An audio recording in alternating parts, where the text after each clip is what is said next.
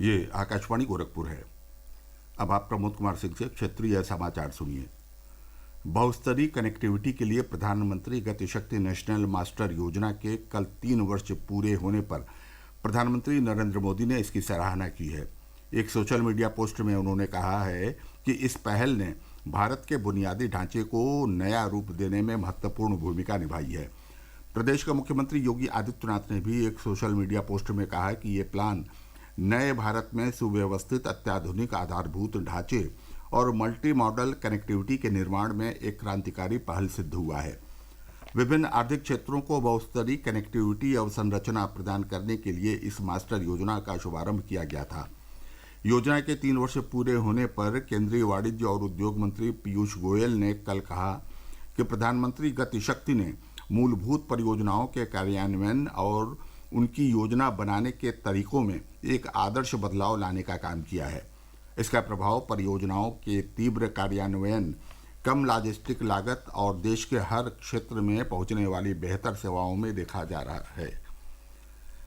गृह मंत्रालय ने सभी केंद्रीय विभागों, राज्यों और केंद्र शासित प्रदेशों से 24 अक्टूबर को संयुक्त राष्ट्र दिवस के अवसर पर सभी महत्वपूर्ण भवनों के ऊपर राष्ट्रीय ध्वज के साथ संयुक्त राष्ट्र का ध्वज लगाने का आग्रह किया है।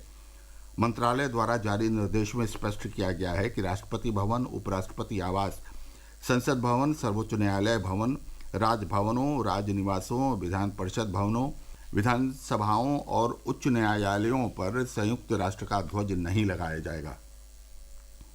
शारदीय नवरात्र और विजयदशमी के उपलक्ष्य में लगातार 3 दिन अनुष्ठानिक कार्यक्रमों में हिस्सा लेने के बाद मुख्यमंत्री ने आज गोरखपुर के गोरखनाथ मंदिर परिसर में जनता दर्शन कार्यक्रम में लोगों की समस्याएं सुनी। करीब 300 लोगों की सुनवाई करते हुए उन्होंने अधिकारियों को जन समस्याओं के त्वरित और संतुष्टिपरक निस्तारण करने का निर्देश दिया। वाराणसी जिले में काशी के लक्खा मेले के रूप में प्रसिद्ध नाटी इमली का भरत मिलाप आज धूमधाम से आयोजित किया गया। पिछले 481 वर्षों से भरत मिलाप की यह परंपरा चली आ रही है। चित्रकूट रामलीला समिति द्वारा आयोजित भरत मिलाप के इस मेले को देखने के लिए लाखों लोगों की भीड़ भरत मिलाप मैदान में मौजूद रही। प्रदेश के विभिन्न जिलों में आज दूसरे दिन भी जुलूस की शक्ल में दुर्गा प्रतिमाओं के विसर्जन किए जा रहे हैं। बहराइच जिले में करीब 1,500 प्रतिमाओं को महाआरती के बाद विसर्जित किया जा रहा है। मूर्ति विसर्जन स्थलों पर पुलिस, गोताखोरों और मेडिकल टीम के इंतजाम किए गए हैं। बीते 24 घंटों के भीतर प्रदेश में हुए 2 अलग अलग सड़क हादसों में 6 लोगों की मौत हो गई, जबकि 4 अन्य घायल हो गए। इटावा जनपद के उसराहार थाना क्षेत्र में आगरा लखनऊ एक्सप्रेस वे पर कल देर रात एक कार की सड़क किनारे खड़ी क्रेन से टक्कर हो गई। इस दुर्घटना में कार चालक, एक रूसी महिला और एक अफगान महिला की मौत हो गई। ये सभी लोग लखनऊ से दिल्ली वापस लौट रहे थे। दुर्घटना में घायल 3 लोगों का सफेई मेडिकल यूनिवर्सिटी में इलाज चल रहा है। वहीं हापुड़ जिले के चांदीनगर थाना क्षेत्र के ईस्टर्न पेरिफेरल एक्सप्रेस वे पर लहचौड़ा के पास एक ट्रक द्वारा खड़े कैंटर में टक्कर मारने की घटना में 3 लोगों की मौके पर ही मौत हो गई। दुर्घटना में घायल एक अन्य व्यक्ति को इलाज के लिए अस्पताल में भर्ती कराया गया है। हरियाणा से गाजियाबाद जा रहे ये लोग आज सुबह ट्रक के पीछे कैंटर खड़ा कर उतर रहे थे कि पीछे से आए तेज रफ्तार ट्रक ने टक्कर मार दी।